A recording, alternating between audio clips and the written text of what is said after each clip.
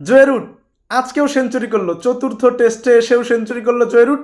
38তম century করলো, কুমার সাঙ্গাকারাকে ছুঁয়ে ফেললো জোয়ে রুট। 38তম সেঞ্চুরি করে যৌথভাবে কুমার সাঙ্গাকারার সঙ্গে চতুর্থ অবস্থানে থাকলো জোয়ে রুট। সর্বোচ্চ সেঞ্চুরি করা সচিন টেন্ডুলকারের 51টা সেঞ্চুরি, 2 নম্বর থাকা জ্যাক ক্যালিসের 45 এবং 41 সেঞ্চুরি নিয়ে তৃতীয় অবস্থানে আছে Ricky Ponting.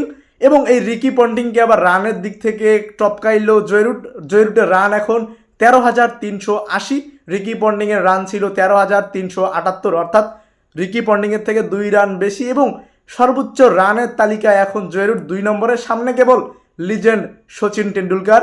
Rahul Dravid, Allister cook, Jack ক্যালিসদেরকে টপকাইতে আজকে টপকাই ফেললো রিকি পন্টিংকে, সামনে কেবল সচিন টেন্ডুলকার। যাদেরকে টপকাইছে জোয়ে রুট, টপ 5-এর মধ্যে যারা আছে সব থেকে কম ম্যাচ খেলছে জোয়ে রুট। সচিন টেন্ডুলকারকে টপকাইতে জোয়ে রুটের আর 2500 রানের মতো লাগে। 25 থেকে 30টা টেস্ট খেললেই টপকানোর কথা আমার মতে। তবে অতগুলো টেস্ট খেলবে কিনা জোয়ে রুট, কারণ ইংল্যান্ড দলের অনেক প্লেয়ারকে দেখেছি যে তারা অবসর নিয়ে ফেলে, অনেক আগেই অবসর নিয়ে ফেলে, হুটহাট করে অবসর নিয়ে ফেলে। অভিনন্দন জোয়ে রুট, মার্ভেলাস খেলতেছেন বস, ফাটাফাটি খেলতেছেন।